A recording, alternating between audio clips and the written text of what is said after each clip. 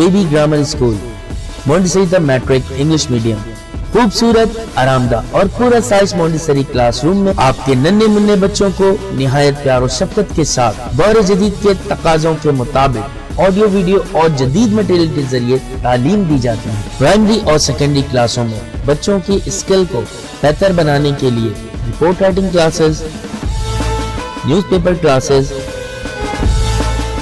Science activity, presentation classes اور practical پر بھی خصوصی توجہ دی جاتی ہے، جس کے ذریعے بچے تھیوری کے ساتھ ساتھ عملی مہارت بھی حاصل کرتے ہیں۔ کراچی کی سطح پر اسپورٹس اور تعلیمی میدان میں مختلف ایوارڈ کا حصول اسکول کی محنت اور مہارت کا منہ بولتا ثبوت ہے۔ میٹرک میں 100% رزلٹ اور بورڈ میں کئی سالوں سے مسلسل پوزیشن۔ داخلے کے لیے رابطہ کریں کیمپس 1 شاہ ولی اللہ نگر، کیمپس 2 رحمت چوک، فون 0213 666 1749 0213 640 6946۔ بسم اللہ الرحمن الرحیم۔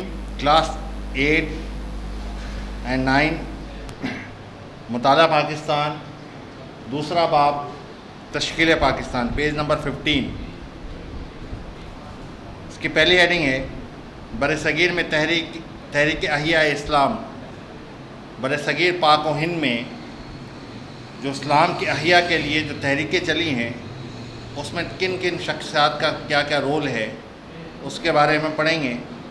برصغیر پر مسلمانوں نے 1000 سے زیادہ حکمرانی کی، لیکن جب انہوں نے اسلام کے سنہری اصولوں سے انحراف کرنا شروع کیا تو آہستہ آہستہ ان کا زوال ہو گیا۔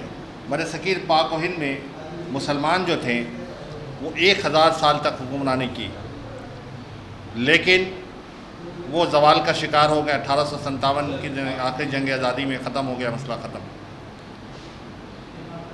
اس کے بعد یہاں پر ظاہر انگریز آ گئے اور پھر ہندوؤں کا غلبہ رہا۔ اس کی بنیادی وجہ جو تھی کہ اسلام کے جو پیغامات ہیں اللہ تعالیٰ نے اور جناب رسول اللہ صلی اللہ علیہ وسلم کی تعلیمات کے مطابق جو مسلمان کی زندگی تھی وہ بالکل ہٹ چکی تھی۔ یہ اصل وجہ ہے جو مسلمان زوال پذیر ہوئے۔ برصغیر کے مسلمانوں کے حالات خراب تر خراب ہوتے چلے گئے۔ ان کی دینی حالتیں، ان کی اخلاقی حالتیں، ان کا رہن سہن، ان کا سماجی تعلقات، معاشرے کا رہنا اٹھنا بیٹھنا، بے شمار دینی علماء اور شخصیات نے برصغیر میں اسلامی تعلیمات اور اقتدار کے احیاء کے لیے اصلاحی تحریکوں کا آغاز کیا۔ برصغیر کے مسلمانوں میں اسلامی روح بیدار کرنے کے لیے ان کی جدوجہد کو تحریک احیاء اسلام کیا گیا۔ ایسی جب مسلمان ذب و حالی کا شکار ہوئے، زوال پذیر شکار ہونے شروع ہو گئے، ان کی زندگی بد سے بدتر ہوتی چلے گئی، تو انہی میں سے مسلمانوں میں سے ایسے رہنما اٹھے جنہوں نے برصغیر کے اندر تحریک احیاء اسلام کا کام انجام دیا۔ اس میں سب سے پہلے جو تھے وہ شاہ ولی اللہ کی تحریک ہے۔ شاہ ولی اللہ محدث دہلوی رحمہ اللہ کا اصل نام قطب الدین تھا، مگر اپنی روحانی صفات کی وجہ سے ولی اللہ کہلاتے تھے۔ وہ 21 فروری 1703 کو دہلی کے گاؤں میں پیدا ہوئے۔ ان کے والد کا نام شاہ عبد الرحیم تھا۔ وہ ایک معروف عالم دینی رہنما اور تھے۔ 15 سال کی عمر میں شاہ ولی اللہ نے دینی تعلیمات کے مطابق تمام شعبے میں اپنی تعلیم مکمل کر لی تھی۔ 17 سال کی عمر میں اپنے والد کی وفات کے بعد اپنے والد کے جانشین ہوئے اور مدرسے کے شیخ۔ شاہ ولی اللہ محدث دہلوی پہلا نام برصغیر کا۔ 17 مارچ 1717 میں اورنگزیب عالمگیر کے انتقال کے بعد برصغیر طوائف الملوکی اور افراتفری کا شکار ہو گیا۔ ان کی نمایاں وجہ مسلمانوں کی اخلاقی و مذہبی پستی اور گراوٹ ہے۔ شاہ ولی اللہ نے بہت باریک بینی سے ان عوامل کا تجزیہ کیا۔ دیکھیں، میں نے بتایا کہ ہم ان ادوار کے اندر مسلمان جو ہے مذہب سے بہت زیادہ دور ہو گئے تھے۔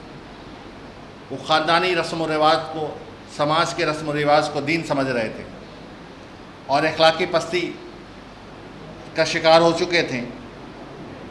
تو شاہ ولی اللہ نے ان عوامل کا بڑی باریک بینی سے اس کا مطالعہ کیا اور دیکھا کہ مسلمان کے زوال ہونے کی وجوہات کیا ہے۔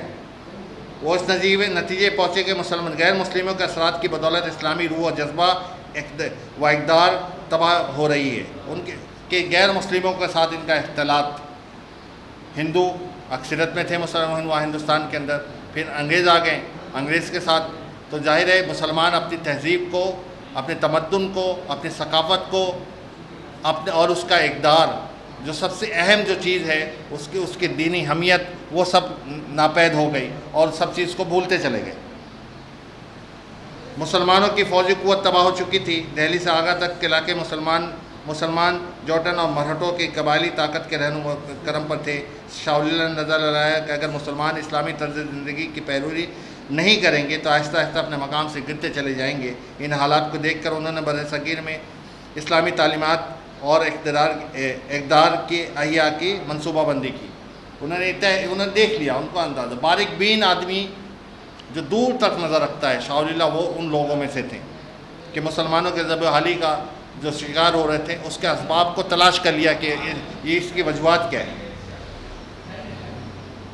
شاہ ولی اللہ نے اس وقت کے مغل شہنشاہ حیدرآباد دکن کے نظام رویلا سردار حفیظ الملک اور نظام الدولہ کو خطوط لکھے اور انہیں بر صغیر مسلم معاشرے کی ذبح حالی کے بارے میں آگاہ کیا۔ انہوں نے افغانستان کے حکمراں احمد شاہ ابدالی کو بھی خط لکھا اور درخواست کی وہ مرہٹوں کے ظلم و ستم سے ہندوستان کے مسلمانوں کو نجات دلائیں۔ اس کے جواب میں احمد شاہ ابدالی نے 1761 میں پانی پت کے تیسرے جنگ میں مرہٹوں کو عبرتناک شکست دی۔ اس شکست کے بعد مرہٹے پھر کبھی سنبھل نہ سکے۔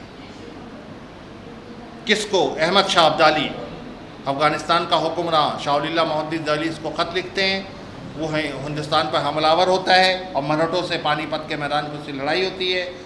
یہ ہے شاہ ولی اللہ کی انتہائی اہم خدمات۔ یہ ہے کہ انہوں نے قرآن مجید کا فارسی میں ترجمہ کیا۔ پہلا ترجمہ بر صغیر میں اگر کسی قرآن مجید کا کیا گیا ہے تو فارسی ترجمہ تھا، جس کا سہرا وہ جو ہے حضرت شاہ ولی اللہ محدث دہلوی کو جاتا ہے۔ اس سے لوگوں کو قرآن مجید کو سمجھنے میں، کیونکہ ہندوستان کے اندر فارسی بولی جاتی تھی اور فارسی مدارس کے اندر رائج تھا تو فارسی سمجھتے تھے لوگ، تو پہلا ترجمہ جو کیا گیا ہندوستان کے اندر وہ فارسی کو کیا گیا۔ اس کے بعد ان کے صاحبزادوں اور دیگر افراد اس کے اردو ترجمے کیے۔ ان کے بیٹے جو تھے شاہ رفیع الدین، شاہ عبد القادر وغیرہ نے ان کا ترجمہ باضابطہ اردو میں کیا۔ انہوں نے حدیث، فقہ اور تفسیر کی بہت کتابیں لکھی۔ ان کتابوں میں سب سے زیادہ مشہور و معروف حجت البالغہ ہے۔ ان کی تصانیف کا پیغام ہے اسلام ایک آفاقی مذہب ہے جو تمام انسانیت کے لیے ترقی اور خوشحالی کا ضامن۔ 10 اگست 1762 کو شاہ ولی اللہ کا انتقال ہوا۔ ان کے صاحبزادے اور جانشین شاہ عبدالعزیز نے دہلی مدرسہ رحیمیہ سے شاہ ولی اللہ کے مشن کو جاری رکھا۔ اس کے بعد دوسری جو شخصیت ہے وہ ہے سید احمد شہید بریلوی رحمہ اللہ۔ بر صغیر کے تاریخ میں سید احمد شہید بریلوی تبلیغ اسلام اور بر صغیر کی بدی قوتوں کے خلاف جدوجہد میں بہت مشہور و معروف ہیں۔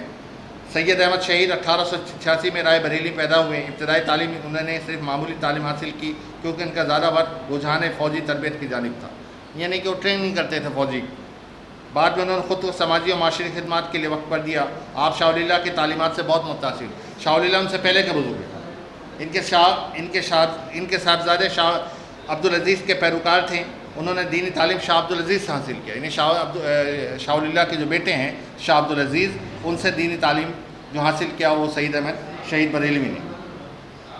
سید احمد شہید بریلوی بر صغیر میں مسلمانوں کے زوال کے بارے میں شدید تشویش تھی۔ وہ بر صغیر کی اسلام کی برتری اور اقدار اعلیٰ کا احیا چاہتے تھے۔ سید احمد اور ان کے رفقا بر صغیر میں اسلامی ریاست کے قیام کا خواب دیکھ رہے تھے۔ انہوں نے بت پرستی، شرک کے خلاف ایک زبردست مہم کا آغاز کیا اور مسلمانوں کو اللہ کی توحید کا درس دیا۔ کیوں؟ ہندو معاشرہ تھا، بت پرستی تھی، بت پرستی عام تھی، تو مسلمان جو وہاں تھے وہ مسلمان بھی دوسرے مذاہب کے ساتھ رہنے کی وجہ سے ان کی جو مذہبی رسومات کو وہ بھی مسلمانوں کے اندر رچ بس گئی۔ تو انہوں نے کیا؟ بت پرستی سے اور شرک سے، کہ میں نے بتایا کہ جب معاشرے کے اندر مختلف قومیت کے لوگ رہتے ہوں تو ان کے اندر کی جو ثقافت ہے، جو تہذیب ہے، تمدن ہے، وہ انسان اڈاپٹ کرتا ہے۔ تو مسلمانوں کی توحید، یہ مہم تحریک مجاہد کے نام سے مشہور و معروف ہے۔ سید احمد شہید بریلوی کے حسب ذیل مقاصد تھے۔ پہلا ان کا نقطہ کیا تھا؟ اللہ کی توحید کو تبلیغ کرنا، اللہ کی توحید کہ اللہ وحدہ لا شریک ہے، اللہ وحدہ لا شریک ہے، وہ تمام زمین و آسمان کا پیدا کرنے والا ہے، وہ تن تنہا خالق و مالک ہے، اس کے علاوہ کوئی بھی کرنے والا نہیں ہے۔ اسلامی تعلیمات کی احیا، اللہ تعالیٰ نے جو قرآن پاک اتارا ہے اللہ کے رسول صلی اللہ علیہ وسلم پر، اور حضور اکرم صلی اللہ علیہ وسلم نے مسلمانوں کو تعلیمات دی، یعنی سنت جو سکھائی ہے اس کی تعلیمات۔ تیسری، اسلامی اصول کے مطابق بر صغیر میں ریاست قائم کرنا۔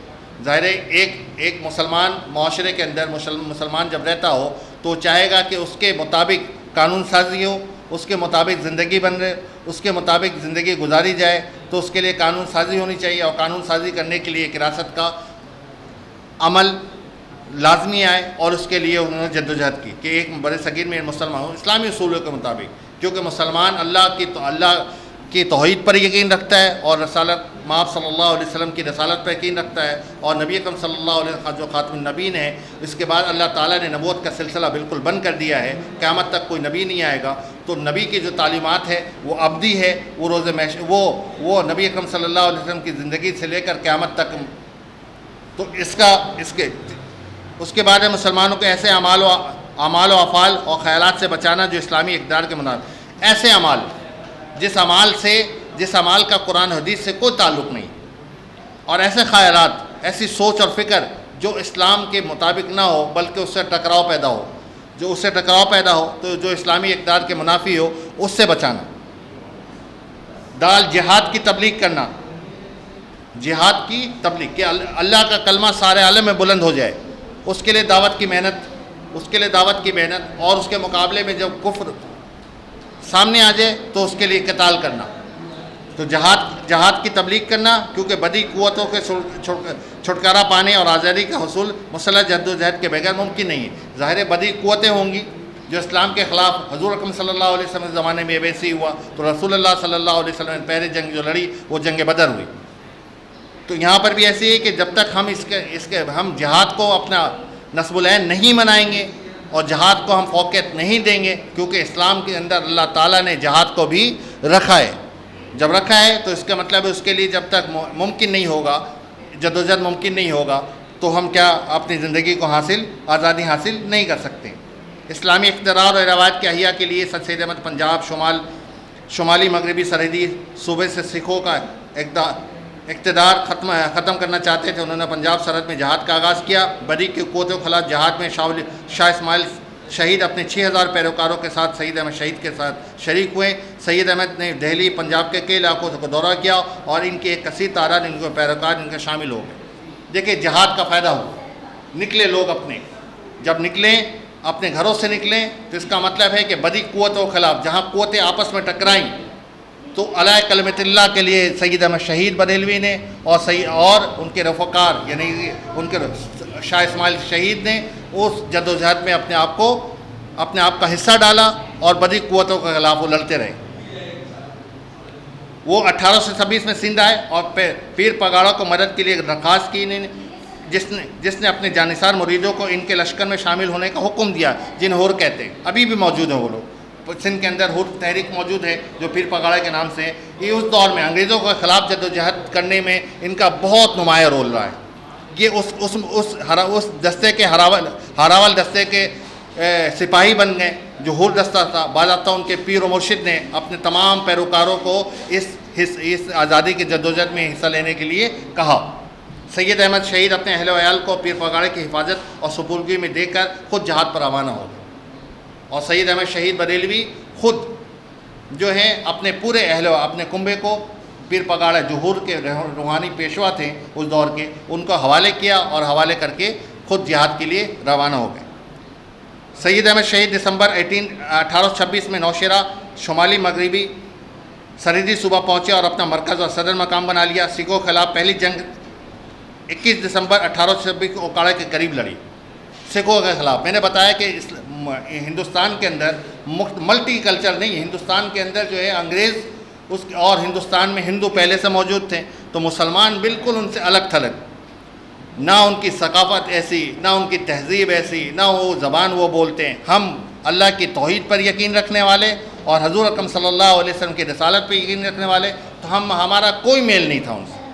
جب میل نہیں تھا تو ہم ریاست کے اندر اسلامی حکومت قائم کرنے کے لیے کیا حکمت عملی اپنائی کہ ہم جہاد کے ذریعے سے قوت حاصل کی، اور قوت حاصل کرنے کے بعد ہم نے ریاست کی شکل دینے کی کوشش کی۔ سکھوں کے خلاف دوسری جنگ ہجروں کے مقام پر لڑی، اس پر مسلمان فتح یاب رہیں۔ اس فتوحات سے پٹھانوں کی ایک بڑی تعداد متاثر ہوئی، وہ بھی تحریک جہاد میں شامل ہو گئے۔ یہ جو ہمارا قبائل بیل تھا، انہوں نے انگریزوں کے خلاف ہمیشہ جدوجہد کی۔ یہ سید احمد شہید بریلوی کے پیروکار بنے، اور ان کا ہراول دستہ کے طور پر انہوں نے اپنا کردار ادا کیا۔ مجاہدین کی تعداد 80,000 تک پہنچی۔ سید احمد کو امیر المومنین کا منصب دیا گیا، یعنی کہ وہ پیر و مرشد بنے۔ ان کے امیر المومنین کا خطاب پہلے مرتبہ 17ویں سے 18ویں صدی کے اندر سید احمد شہید بریلوی کو دیا گیا، جو انگریزوں کے خلاف اور مرہٹوں کے خلاف اور سکھوں کے خلاف جنگ لڑ رہے تھے۔ سید احمد شہید کے فتح کیے ہوئے علاقوں میں اسلامی قوانین نافذ کر دیا گیا۔ میں نے بتایا کہ جب آپ پورے ریاست کے اندر اپنے انڈر لے لیں گے تو اپنی زندگی کو آسان کرنے کے لیے قانون سازی کرنی پڑے گی کہ مسلمان کے ماتحت رہنے والا کوئی بھی مذہب کا پیروکار، اس کی نظم و نسق کس طرح ہوگی، وہ اپنی زندگی کو کس طرح گزارے گا، وہ کس طرح رہے گا۔ تو اسلام نے جو اصول بتائے ہیں، اس اصول کو بتانے کے لیے کیا کیا، اس کا عملی نفاذ کیا، اس کے ریاست کی تشکیل دی، اور پورے خطے کے اندر جہاں مسلمان قابض ہو گئے تو ایک اسلامی ریاست کی بنیاد ڈالی، اور وہاں پر اسلامی قوانین کو نافذ کیا۔ ابتدا میں تحریک جہاد بہت کامیابی سے چلتی رہی، لیکن سید احمد کے خلاف سازشیں شروع ہو گئی۔ کچھ قبائلی سرداروں نے آپ کو زہر دے کر قتل کرنے کی کوشش کی۔ اس طرح مہاراجہ رنجیت سنگھ 1780 اور 1839 نے سردار یار محمد اور ان کے بھائی سلطان خان کو رشوت دی، وہ سید احمد کے خلاف سازش کریں۔ سرداروں کی نافرمانی کی وجہ سے سید احمد بہت نا امید اور مایوس ہو گئے۔ جب پک پہ تھا، یعنی جہاد پک پہ تھا ہمارا، اور مسلمان اس جہاد کی وجہ سے فتوحات حاصل کرنا شروع ہو گئے، تو انگریزوں کو اس میں کیا ہوا، انہوں نے مسلمانوں میں سے وہ رشوت دے کر اور ان کو خرید کر ان کے خلاف کھڑا کر دیا، اور کھڑا کرنے کے بعد سید احمد شہید بریلوی جو امیر المومنین کہلاتے تھے، ان کو زہر دینے کی کوشش کی اور ان کو ہٹانے کی کوشش کی۔ سید احمد نے بالا کوٹ کو اپنا نیا صدر مقام بنا لیا۔ انہوں نے مظفر آباد سے اپنی جدوجہد کا آزاد کیا۔ کشمیر جو ہمارا مظفر آباد ہے، بالا کوٹ کا مقام ہے، اس مقام سے دوبارہ اپنا مقام بنایا اور دوبارہ سے جدوجہد کو شروع کیا۔ وہاں مجاہدین اور سکھوں کے درمیان سخت معرکہ آرائی شروع ہوئی۔ مسلمان بڑی بہادری جرأت سے لڑے، لیکن 6 مئی 1831 کو سید احمد اور ان کے جانشینوں کو شہید کر دیا گیا۔ ہزاروں مجاہدین میں نہ صرف 300 زندہ بچے ہیں۔ اس طرح سید احمد شہید کی خلافت ختم ہو گئی، اور اسلامی ریاست کا قائم کرنے کا ان کا خواب شرمندہ ایک تعبیر نہ ہو سکا۔ لیکن اس معاشرے اور تحریک احیاء کے لیے عظیم جدوجہد کوشش کے حوالے سے سید احمد شہید اور شاہ اسماعیل شہید کے نام کو ہمیشہ یاد رکھا جائے گا۔ جو 17ویں صدی اور 18ویں صدی میں جو تحریک ہندوستان کے اندر چلتی رہی، اس کا ثمر ہمیں پاکستان کی صورت میں ملا، جو ہمارا ٹاپک ہے تشکیل پاکستان۔ اس کی شروعات جو وہیں سے ہوئی تھی۔ ہم نے اپنے معاشرے کے اندر اسلامی اقتدار کو نافذ کرنے کے لیے ہم نے جدوجہد وہیں سے شروع کی، اور اس کا جو پہلا شخص ہے وہ ہے شاہ ولی اللہ محدث دہلوی رحمہ اللہ۔ اس کے بعد جو تیسری ہمارے فرائضی تحریک ہے، جو فرائضی تحریک میں اس کے بعد ہم جو ٹاپک ہے، اس کے بعد علی گڑھ تحریک آئی۔ اس کے بعد ہمارے پاس اس جو نظام تھا وہ فرائضی تحریک اور علی گڑھ کی تحریک ہے، جو ہم نے اس کو مکمل کیا، اور آخری میں پہنچتے ہم نے تشکیل پاکستان کیا۔ وہ 1947 تھا، ایک اسلامی ریاست جو پورے دنیا کے اندر ابھر کر سامنے آیا، جہاں مسلمان اپنے اسلامی اقتدار کو اپنے آپ علیہ الصلوۃ والسلام کے طرز زندگی پر اور اس کے مطابق قانون بنایا، اور اس کے مطابق ہم زندگی گزار رہے ہیں۔ یہ ہمارا ہے چیپٹر جو ہم نے کیا ہے، مزید اس میں ہم کنٹینیو کریں۔